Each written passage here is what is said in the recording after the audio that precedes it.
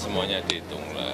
Biasa dalam kebijakan yang baru itu pasti masyarakat juga ikut berhitung, mampu atau nggak mampu, berat atau nggak berat. Seperti dulu waktu BPJS, di luar yang BPI yang gratis 96 juta kan juga ramai, tapi setelah berjalan kan saya kira merasakan manfaatnya bahwa rumah sakit tidak dipungut biaya, hal-hal seperti itu yang akan dirasakan setelah berjalan. Kalau belum biasanya pro dan kontra.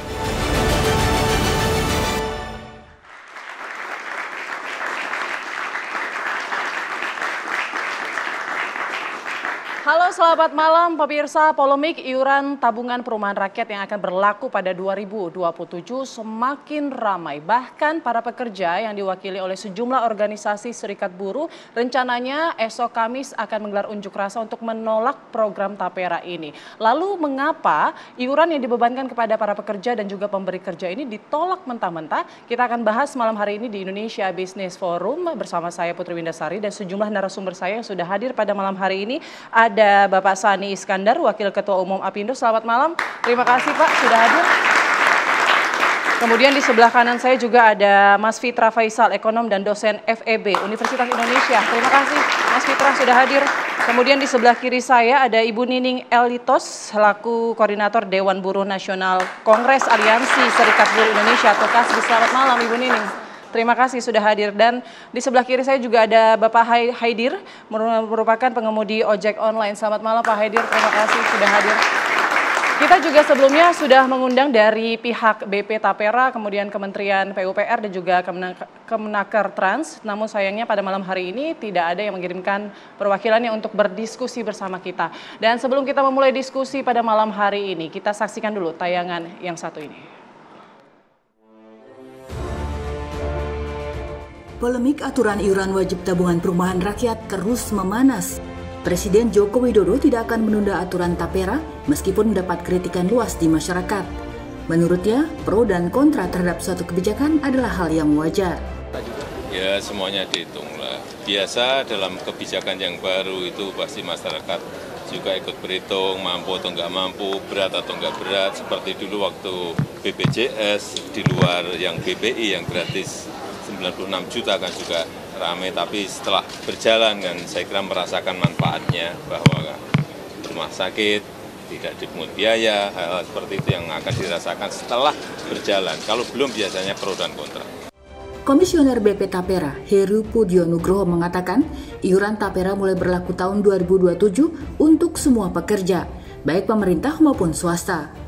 Menurut Peraturan Pemerintah Nomor 21 Tahun 2024, potongan Tapera sebesar 3%, pekerja dibebankan sebesar 2,5% dan pemberi kerja 0,5%. Kesenjangan kepemilikan rumah di Indonesia masih sangat tinggi.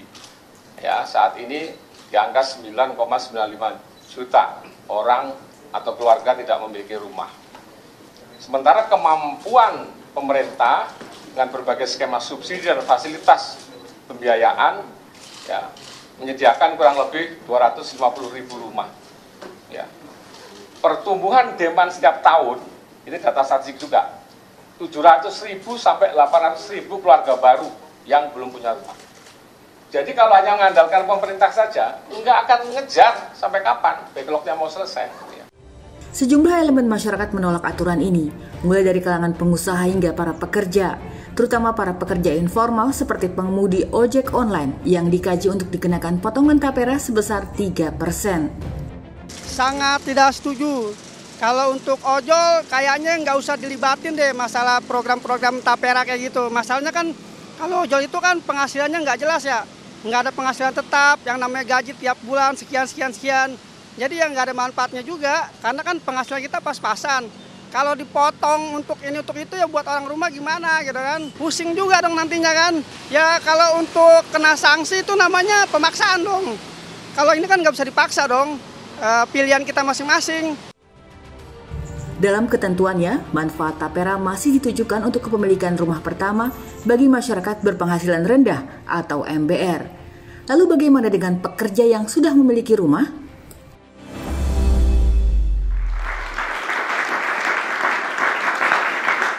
Ya pemirsa, pekerja dan pemberi kerja saat ini tengah resah ya dengan adanya beban iuran tabungan perumahan rakyat. Tidak hanya itu juga, pekerja informal seperti ojek online juga saat ini tengah gundah. Kita juga sudah hadirkan ini Pak Haidir. Saya mau langsung tanya, Pak Haidir, Bapak sudah tahu belum soal berita adanya iuran tapera ini di 2027? Iya, saya kalau dibilang udah tahu ya tahu dari teman-teman juga gitu. Setuju nggak Pak? Ya kalau dibilang setuju ya kita sangat nggak setuju Mbak gitu. Soalnya kalau dihitung potongan-potongan begitu mah nggak dapat apa-apa kita bawa pulangnya. Nggak dapat apa-apa, tapi kalau kita boleh tahu nih Pak, biasanya ini kan ojek online berarti bekerja selama full 30 hari dalam sebulan. Betul. Nah per harinya itu biasanya pendapatannya berapa? Per harinya itu kadang nggak jelas Mbak, kadang kalau misalnya lagi orderan lagi ada bisa 100.000.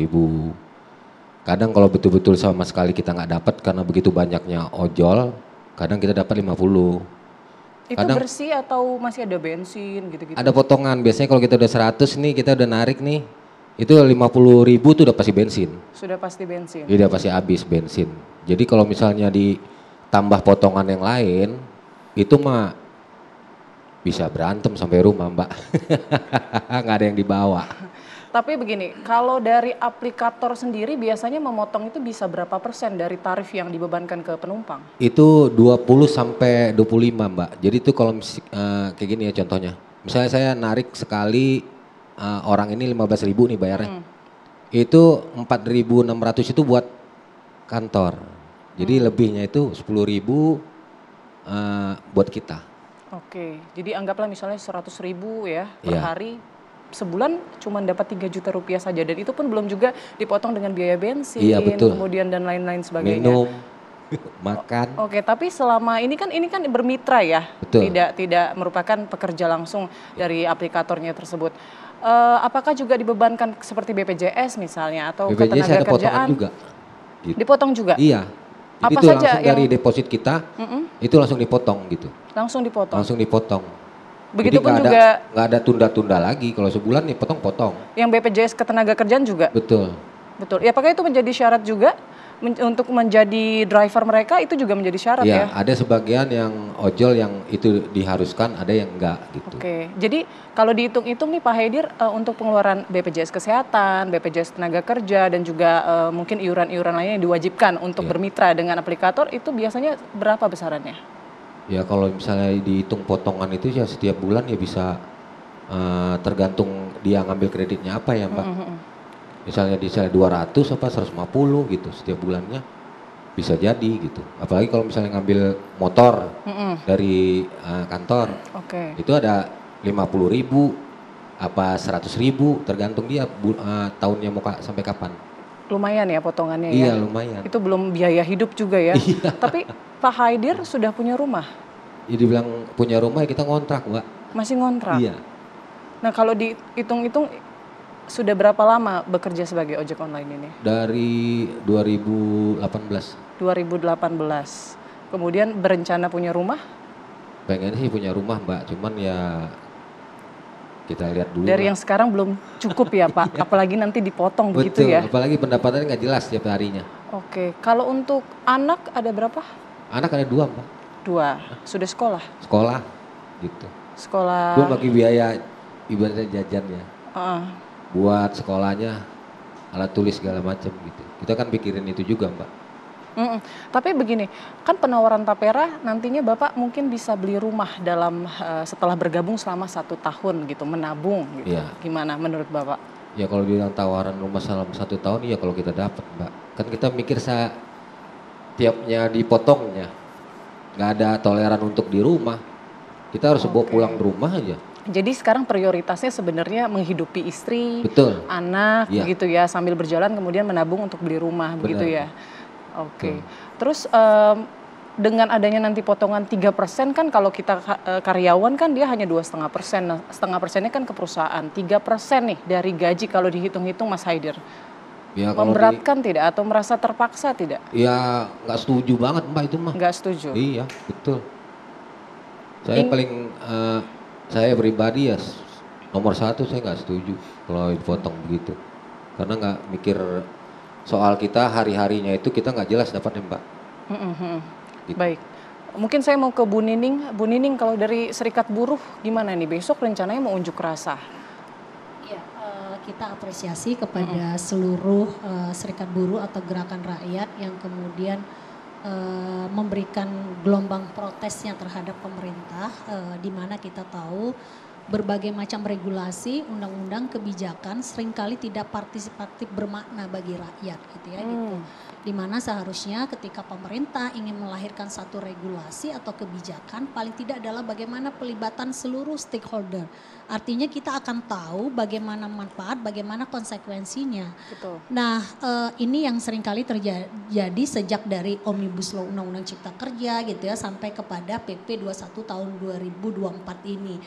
Nah dalam situasi keprihatinan, situasi ekonomi hari ini di mana kaum buruh gitu ya, beberapa tahun terakhir kita tahu ditekan upah serendah-rendahnya gitu ya dengan berbagai macam lewat kebijakan, tapi di sisi lain kaum buruh diberikan beban terus gitu ya gitu.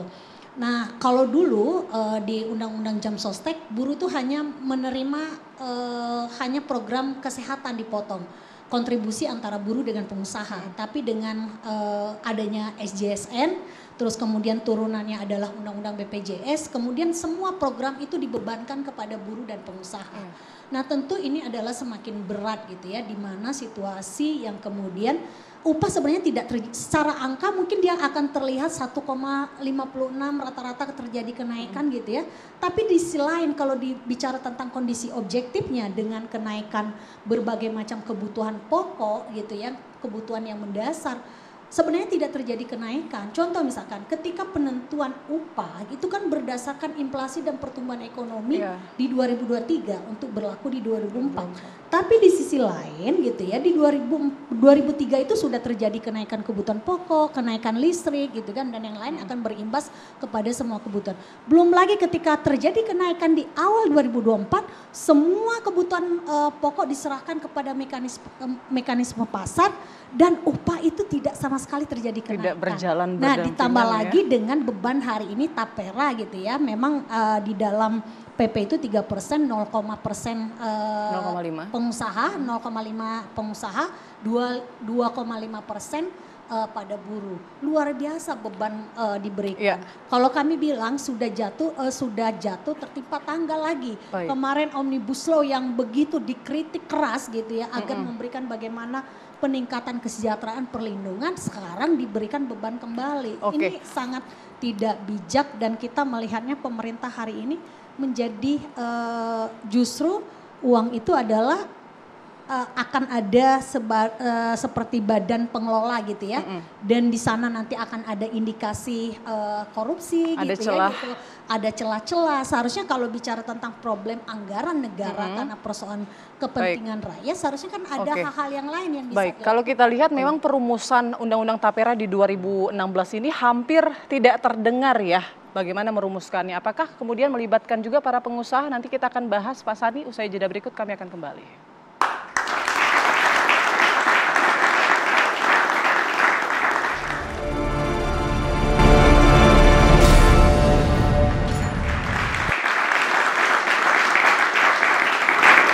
Baik, saya mau langsung ke Pak Sani. Pak Sani, kalau kita lihat kan ini perumusan undang-undang ini di 2016 ini hampir tidak terdengar, terus sekarang muncul jadi ramai. Apindo sendiri apakah pernah diundang atau dilibatkan dalam merumuskan undang-undang ini? Secara langsung diundang belum. Ya, namun kita, seingat saya 2 kali kita menulis surat ke Presiden itu sudah dilakukan. Tapi itu setelah memang proses itu berjalan. Jadi memang kalau dari prinsip ya dari kita, pemberi kerja atau perusahaan dan termasuk juga dari pekerja, prinsip kita mendukung bahwa perumahan itu atau rumah itu penting dimiliki oleh pekerja, itu jelas. Ya, namun kemudian bagaimana cara untuk memperolehnya? Kalau misalkan pemerintah punya program, itu yang kita tidak setuju itu kalau terjadi adanya duplikasi pembayaran iuran di dalam rangka untuk mendapatkan rumah tersebut. Jadi sebetulnya awalnya itu sudah bagus. Jadi di tahun 2004, jadi 20 tahun yang lalu, itu keluar Undang-Undang Nomor 40 tahun 2004 tentang Sistem Jaminan Sosial Nasional. Ya, jadi itu sistem jaminan sosial nasional itu yang melingkupi semua yang terkait dengan jaminan-jaminan yang terkait dengan hak-hak daripada pekerja. Dari situ kemudian turun di tahun 2011 Undang-Undang BPJS. BPJS, Badan Penyelenggara Jaminan Sosial, di mana kita tahu ada BPJS Ketenagakerjaan, ada BPJS Kesehatan. Dan iuran-iurannya itu sudah berjalan sampai dengan hari ini. Misalkan yang paling besar jaminan hari tua itu 5,7%. Iya. Kemudian jaminan pensiun itu ada 3%, ada jaminan kematian, jaminan hari tua, jaminan kecelakaan kerja, dan juga jaminan kesehatan. Itu total 4%. Jadi total itu kurang lebih sudah 15%. Kemudian ada satu hal komponen yang besar juga, itu adalah bagaimana perusahaan wajib istilahnya itu melakukan semacam deposit gitu yang sesuai dengan standar akuntansi keuangan dan aktuaria, perhitungannya itu 8% itu untuk tunjangan pesangon yang kita bayarkan pada waktu karyawan itu purna tugas dan sebagainya. Itu sudah 20% lebih. 20% ya, 23%. Kemudian ya ini kalau mau dikaitkan dengan pajak ya PPh 21 untuk karyawan ya itu kan bervariasi ya, paling minim 5% tapi progresif sampai 35%. Jadi itu kan sudah besar sekali. Nah, kembali di dalam komponen yang tadi BPJS Ketenagakerjaan yang tadi yang disebut jaminan hari tua itu dananya sekarang kurang lebih informasinya sekitar 480 T dan harusnya 30% dari dana tersebut itu bisa dimanfaatkan untuk mendukung atau dimanfaatkan bagi karyawan yang ingin memiliki rumah. Itu namanya MLT itu. Ya, manfaat layanan tambahan perumahan BP Jam Sostek. Ya, jadi bentuknya itu manfaat yang diambil bisa dalam bentuk pemberian uang muka untuk pembelian rumah atau subsidi bunga supaya bunga kreditnya itu lebih ringan gitu. Ini yang memang harusnya diatur oleh BTN, BPJSTK dan sebagainya. Nah, ini yang sepertinya itu kurang didorong, disosialisasikan. Saya nggak tahu juga, mungkin kurang menarik juga, ya, sehingga dana itu akhirnya tidak tersalurkan dengan baik gitu. Dari total yang sudah dihimpun tadi itu sangat minim sekali pemanfaatannya, sehingga makanya setelah sekarang kemudian ada BP Tapera, dan BP Tapera ini kan rujukannya kepada undang-undang yang terkait dengan perumahan dan pemukiman itu tahun 2011. Kemudian keluar Tapera 2016. Jadi idealnya itu memang harusnya itu semuanya itu di bawah satu payung yang namanya Undang-Undang Sistem Jaminan Sosial Nasional tadi. Jadi tidak dipisah-pisah, sehingga kalau dipisah-pisah kan ya nanti khawatirnya ada redundant dan nanti keluar lagi aturan undang-undang untuk terkait dengan tabungan transportasi atau apa. Jadi susah gitu ya. Jadi terlalu banyak macamnya gitu loh. Ini kan BP Tapera bilang ini semangatnya gotong royong, Pak. Nah, itu juga. Untuk kesejahteraan masyarakat kan kesejahteraan buruh juga begitu. Nah, pengertian gotong royong ini juga menarik ya, karena ya saya rasa kita bukannya egois, tapi mungkin teman-teman yang pada saat ini sedang mengangsur rumah dengan caranya sendiri, tentunya dengan upaya dan sebagainya. Kemudian karena dia sudah memiliki rumah dari angsuran yang belum selesai, kemudian kan tidak bisa menikmati juga dari apa yang disebut Tapera ini. Ini kan tidak adil gitu ya. Dengan pengertian bahwa ini gotong royong kasih kesempatan teman yang lain. Padahal dia kan kebutuhannya juga untuk yang lain. Ada prioritas yang lain ya. Dan juga untuk ngangsur rumah yang dia mungkin ngambil dari KPR atau apapun lah. Nah, ini kan tidak bisa. Jadi memang namanya tabungan ya. Tabungan harusnya sih sukarela gitu ya. Tapi ini kan diwajibkan. Ya, dan justru itu kemudian nanti pasti akan timbul sanksi dan sebagainya. Ini yang banyak teman-teman yang juga akhirnya mempertanyakan ya. Jadi ini sebetulnya mungkin hal-hal yang mungkin paling mendasar ya, Pak Fitra ya. Jadi bagaimana suatu peraturan perundangan itu dikeluarkan itu harusnya memang Ya, mengikuti ada konsep RIA itu ya, Regulatory Impact Assessment, di mana seluruh pemangku kepentingan itu dilibatkan. Apalagi ini menyangkut kepentingan hajat hidup orang banyak ya, publik ya. Ya, prinsipnya itu. Oke. Baik, saya mau ke Mas Fitra. Mas Fitra, kalau kita mengutip dari komentar warganet, ini banyak yang kemudian mengatakan Tapera ini adalah tambahan penderitaan rakyat, misalnya begitu. Kalau dari Mas Fitra, setuju nggak dengan istilah-istilah yang disebutkan oleh warganet, tambahan penderitaan rakyat, ini kemudian pemaksaan? Ya, pertama kita lihat dulu selalu ada dua persepsi dan ada pandangan-pandangan baik itu positif maupun negatif. Saya bahas dari positifnya dulu. Kan saya ini stand saya netral. Kalau dari sisi positifnya, bahwa apa yang dilakukan oleh pemerintah ini memang untuk memenuhi 3 pilar kebutuhan masyarakat, sandang, pangan, dan papan. Dan berikutnya juga kita sadar bahwa masyarakat menengah ke bawah perlu kemudian diberikan kesempatan untuk mendapatkan rumah yang layak. Kemudian yang berikutnya, kalau kita bicara mengenai dampak ekonomi dari pembangunan di sektor perumahan, itu memiliki dampak pengganda yang sangat kuat buat perekonomian. Karena apa? Ketika membangun rumah ada semennya, ada teralis, ada WC, segala macam. Itu semuanya berkumpul di situ, sehingga pada akhirnya itu bisa memacu pertumbuhan ekonomi. Kalau kita lihat dari sisi positifnya. Sementara kalau kita lihat lagi dari sisi yang negatif misalnya tadi, apakah masyarakat tengah terjepit? Data dari LPS, 98% masyarakat kita tabungannya itu 1,8 juta rupiah. Kalau 5 tahun lalu 3,2 juta. Artinya selama ini makan tabungan. Nah, ini mau dipotong lagi. Jadi seperti apa begitu kan kondisinya. Di Februari indeks keyakinan konsumen itu drop ke 123. Begitu juga dengan bulan Maret. 2 sub brackets yang menjadi concern masyarakat dalam survei persepsi konsumen itu adalah pertama adalah job availability, yang kedua adalah harga-harga. Berarti kita bicara mengenai jobs and prices. Atau secara semantik kita bisa kemudian menamakan itu sebagai ya kehilangan daya beli gitu.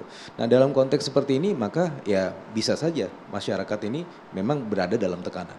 Nah, kemudian saya juga bisa memahami kenapa Apindo juga memiliki semacam keresahan, karena meskipun cuma 0,5%, yang 2,5% itu diberikan kepada pekerja, tapi di tengah keterjepitan itu, pada akhirnya kan Bapak Ibu dari Serikat Buruh kan akan menegosiasikan lagi upahnya di jangka menengah panjang. Sehingga yang 2,5% itu akhirnya akan kembali lagi ke industri. Akhirnya apa? Ada cost push inflation. Kalau terjadi cost push inflation, tekanan dari sisi biaya produksi, akan ada PHK. Itu adalah dampak makroekonominya ya, yang kita lihat nanti ke depan. Makanya Apindo juga keberatan. Ini kan jarang-jarang Apindo sama buruh jadi satu suara. Gitu kan. Artinya memang kalau gini yang minta tuh siapa gitu kan ya. Jadi kalau dua-duanya menolak, yang minta siapa? Nah, yang berikutnya adalah dari sisi desain. Saya sebelum ke sini saya ada dinner dengan orang Jepang. Saya bilang, Anda namanya Wakayama-san, nanti Anda kalau misalnya tinggal di sini selama 6 bulan, nanti Anda akan bayar 3%. Bayangkan 3% dari gaji ekspatriat itu kan lumayan gitu kan. Dan pada akhirnya kalau kita bicara lagi dampak makroekonominya, investor yang masuk ke sini akan pikir-pikir, loh nanti kalau saya datangkan ekspatriat, karyawan-karyawan saya ke sini harus bayar lagi dong lebih. Berarti bisa memangkas daya saing korporasi ya? Daya saing korporasi dan juga juga bisa mengconstrain investasi. Ada investment diversion.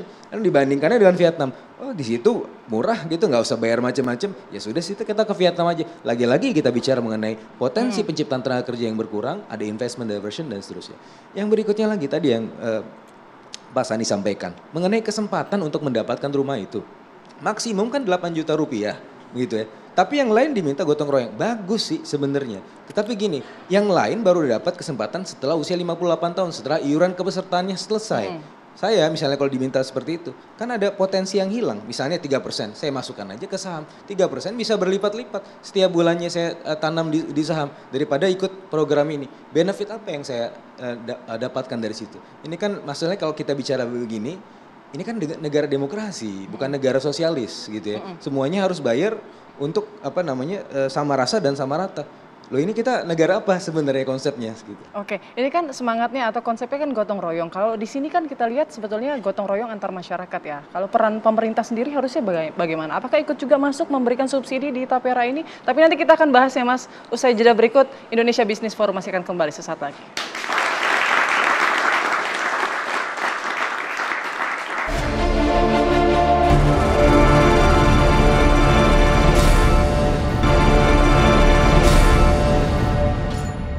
Saya nggak setuju Mbak. Soalnya pendapatannya kalau namanya ojol mah nggak pasti. Kadang bisa dapat, kadang enggak. Sekarang sistemnya, apalagi kan sistemnya kita kan mitra ya, bukan pekerja. Jadinya hasilnya juga kan banyak potongannya tuh. Kalau saya sih sebenarnya dari sisi saya sih jadi banyak potongan ya. Karena kan kita kan ada 3 potongan tuh, BPJS Ketenagakerjaan, BPJS Kesehatan, jadi tambah lagi dengan ini pasti jadi tambah sih Mbak potongannya setiap bulannya dari gaji kita. Sebenarnya sih jatuhnya jujur memberatkan sih Mbak, tapi kalau memang itu udah jadi kebijakan dari pemerintah ya mau nggak mau kan kita harus nurut Mbak. Setuju sih, cuman ya kembali kita melihat fisiknya juga ya rumah itu. Sangat setuju. Ya karena banyak membantu orang kecil daripada menabung di bank, lebih baik ikut tapera. Kita harus berani spekulasi.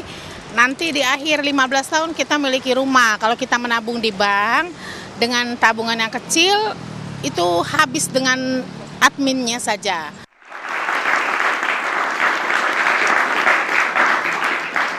Baik, saya mau lanjutkan ke Mas Fitra. Tadi pertanyaan saya sebelumnya, Mas. Ini kalau sejauh ini kita belum mendengar informasi peran pemerintah dalam tapera ini apa? Karena konsepnya gotong royong, masih sejauh ini masyarakat yang saling membantu begitu. Nah, kalau dari Mas Fitra sendiri, pemerintah harusnya ikut berperan juga kah di dalam sini?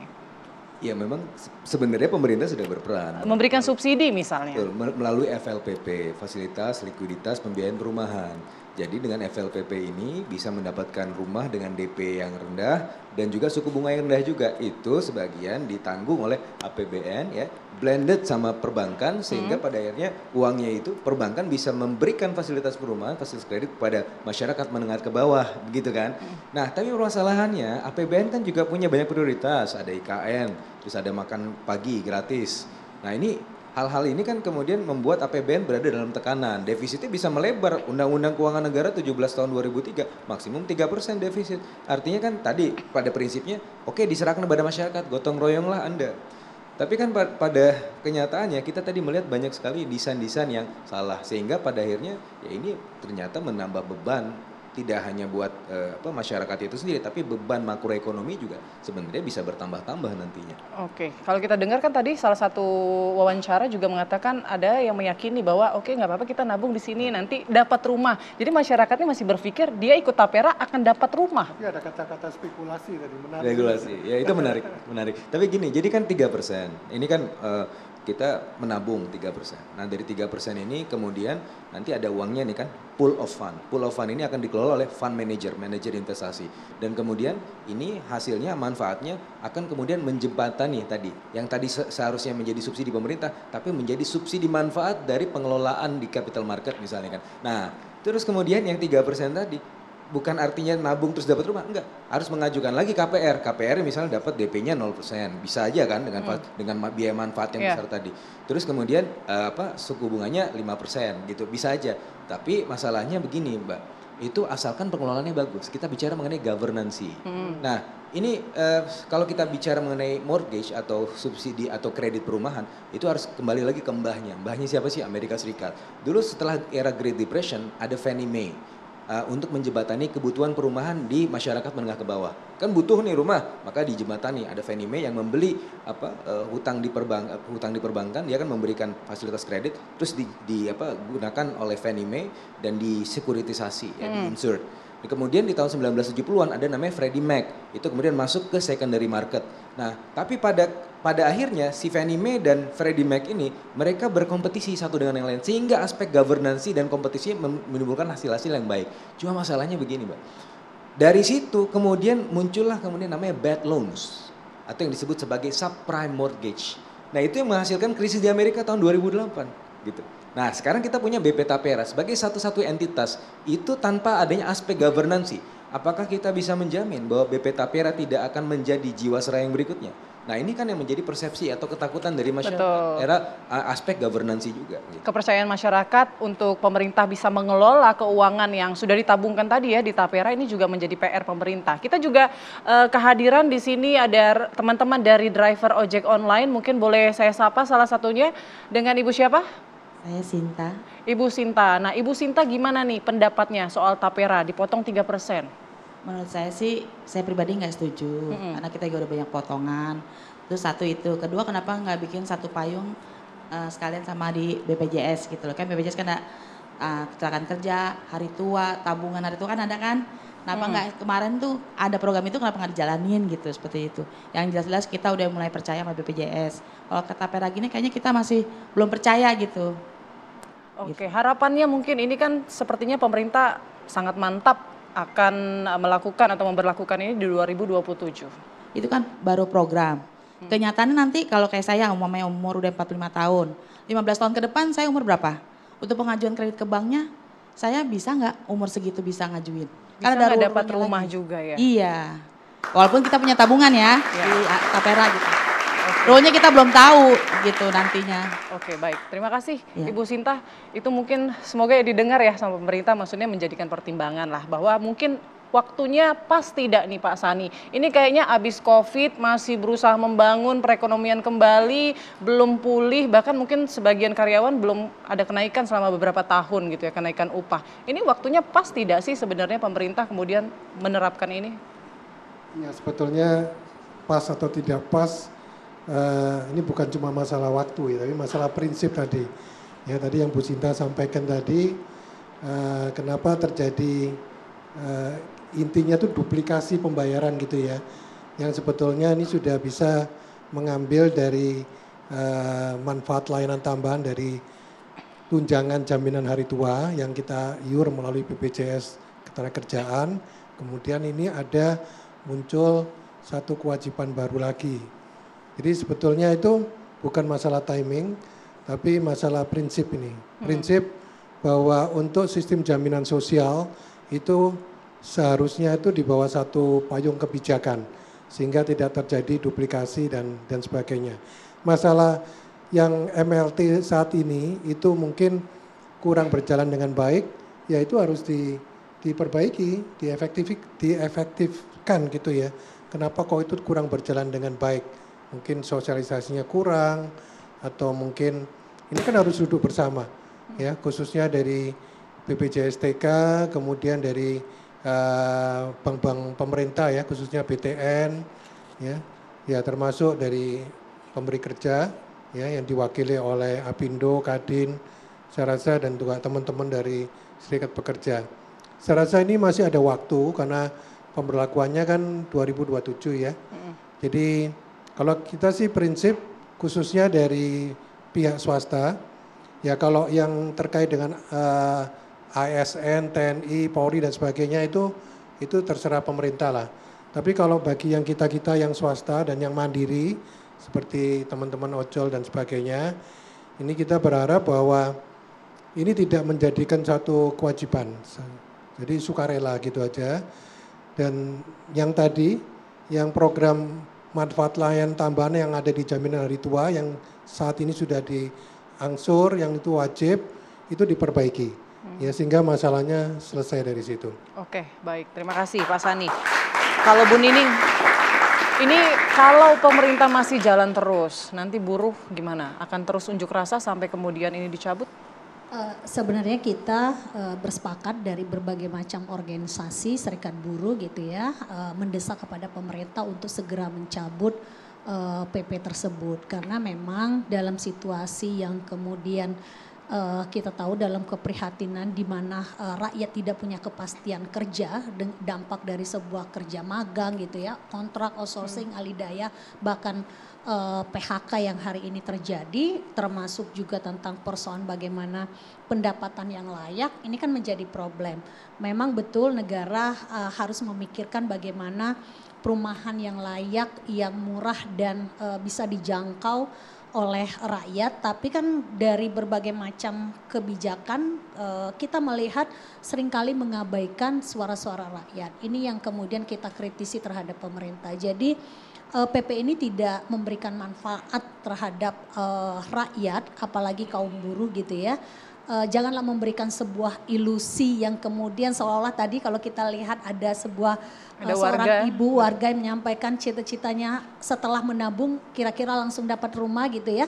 Kita punya pengalaman kaum buruh ketika mau mengakses perumahan KPR saja itu cukup rumit gitu ya, pengelolaan dan birokrasinya juga menjadi masalah bagi kaum buruh, apalagi dengan hari ini dengan upah yang untuk memenuhi kebutuhan hidup sehari-hari, biaya pendidikan yang semakin mahal gitu ya, terus kemudian juga kebutuhan hidup sehari-hari khususnya kebutuhan pokok semakin melambung, upah kaum buruh semakin minim, tapi di sisi lain dipaksa menabung. Berbeda dengan kondisi negara-negara maju gitu ya, di luar yang mereka upahnya bisa untuk menabung, bisa untuk mencicil rumah. Tapi rakyat hari ini jangankan untuk mencicil rumah, untuk biaya hidup sehari-hari pun masih menjerit. Tadi para ojol sudah menyampaikan, harus diakui gitu ya, kita hidup di lingkungan masyarakat hari ini semua berteriak pendapatannya semakin minim, daya beli semakin rendah, pasti akan mengganggu pertumbuhan ekonomi secara nasional. Dan itu yang seharusnya dipikirkan oleh negara. Kalaupun problem anggaran, seharusnya ada solusi lain tentang pengetatan anggaran. Terus kemudian bagaimana proyek-proyek strategis yang tidak memberikan dampak kepentingan publik, ya seharusnya tidak harus menjadi prioritas gitu loh.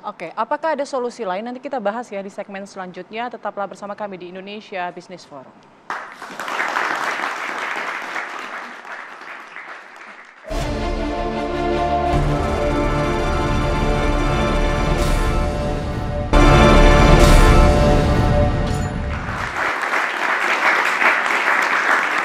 Ya pemirsa, tampaknya pemerintah masih mantap untuk memberlakukan yang namanya iuran tabungan perumahan rakyat.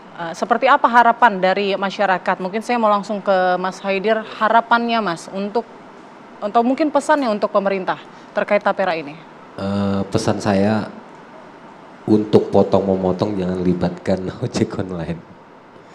Jadi kita itu di setiap harinya itu udah sulit Mbak dapat orderan. Jadi jangan ditambahin lagi sama potongan-potongan kayak begini. Gitu. Kalau dari Bu Nining, mungkin ada solusi juga? Iya, kalau kita pertama menyampaikan bahwa hentikan berbagai macam kebijakan yang semakin menyulitkan rakyat.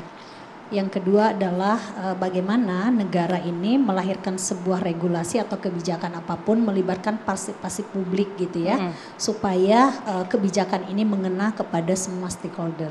Yang selanjutnya adalah kita mendesak segera mencabut PP 21 karena itu adalah hari ini masih ada rasa ketidakpercayaan rakyat kepada negara gitu ya, di mana kita tahu melalui Asabri, Taspen gitu ya, terus kemudian Jiwasraya yang hari ini juga tidak tahu bagaimana ujung penyelesaiannya. Bahkan terakhir saya membaca media, bahkan dikeluarkan oleh media sekitar 126.000 orang gitu ya pasca pensiun 2018 sampai hari ini belum menerima tabungan perumahan rakyatnya gitu, taperanya. Artinya hal-hal seperti ini saja menjadi masalah, artinya tentu kami wajar kemudian kami melihat ini ada hal-hal tanda petik yang kemudian tidak memberikan dampak yang positif terhadap rakyatnya. Bayangkan di pengelolaan negara yang seharusnya segera dikembalikan kepada rakyat saja tidak dikembalikan kepada Jadi warga tidak percaya apalagi dengan hal uangnya. Tentu selain ketidakpercayaan kita terhadap bagaimana pengelolaan mulai dari transparansi, keterbukaan, bahkan bagaimana kontrol terhadap rakyat, dan ini juga akan memberikan banyak dampak yang semakin memberikan beban terhadap rakyat. Tadi saya sudah sampaikan sistem kerja kontrak, outsourcing, PHK gitu ya. Dengan pendapatan yang semakin daya beli masyarakat semakin rendah karena pendapatan yang semakin minim.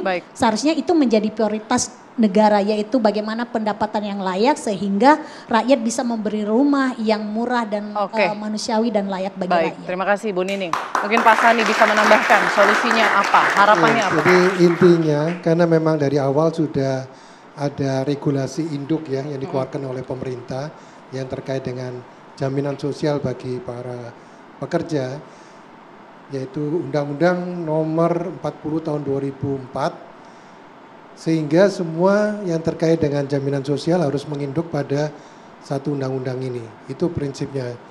Dan di dalam mekanismenya jelas-jelas memang sudah diatur yang terkait dengan urusan tunjangan perumahan ini melalui manfaat layanan tambahan yang merupakan bagian daripada jaminan hari tua. Jadi saran kami kepada pemerintah khususnya untuk para pekerja swasta khususnya itu tidak diwajibkan Ini kalau bicara tadi, kalau Bu Nining mungkin lebih keras ya, cabut ya. Kalau kami mau dijalankan, monggo silakan, tapi tidak diwajibkan bagi para pekerja swasta yang telah mengiur BPJS Ketenagakerjaan khususnya. Ya, kalau masalah yang TNI, Polri, pegawai negeri, ya itu silakan dari pemerintah. Namun yang dari swasta sebaiknya tidak dikenakan duplikasi pembayaran untuk hal yang sama. Oke, baik. Terakhir ke Mas Fitra, apa solusi untuk pemerintah atau masukan untuk pemerintah agar tapera ini tidak terkesan seperti merampas hak individual warga dalam mengelola keuangannya begitu? Iya, artinya pemerintah harus memberikan fleksibilitas gitu ya. Dan dalam konteks pemberian fleksibilitas ini, ya BP Tapera-nya mungkin bukannya dicabut atau peraturan tentang perumahan rakyat ini bukan dicabut, tapi diredesign. Karena permasalahannya adalah di desainnya yang memang cacat. Coba bayangin kalau kenapa orang asing nggak tahu apa-apa terus disuruh iuran. Ini kan sama seperti kita ke minimarket terus ada tukang parkir liar suruh bayar gitu kan, padahal nggak dapat manfaatnya gitu kan. Nah jadi dari sisi ini kita harus melakukan redesign itu.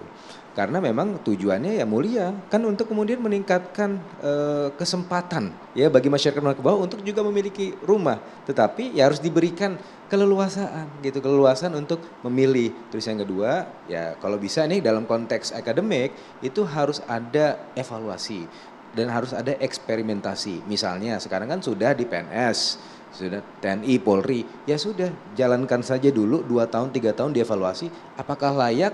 Ketika sudah dibangun kepercayaan itu masyarakat melihat oh boleh juga gitu, bisa ikutan tapi jangan dipaksa gitu. Nah dalam konteks ini supaya pemerintahnya mantap tapi masyarakatnya jangan mantap. Kalau sekarang masyarakat kan mantap makan tabungan.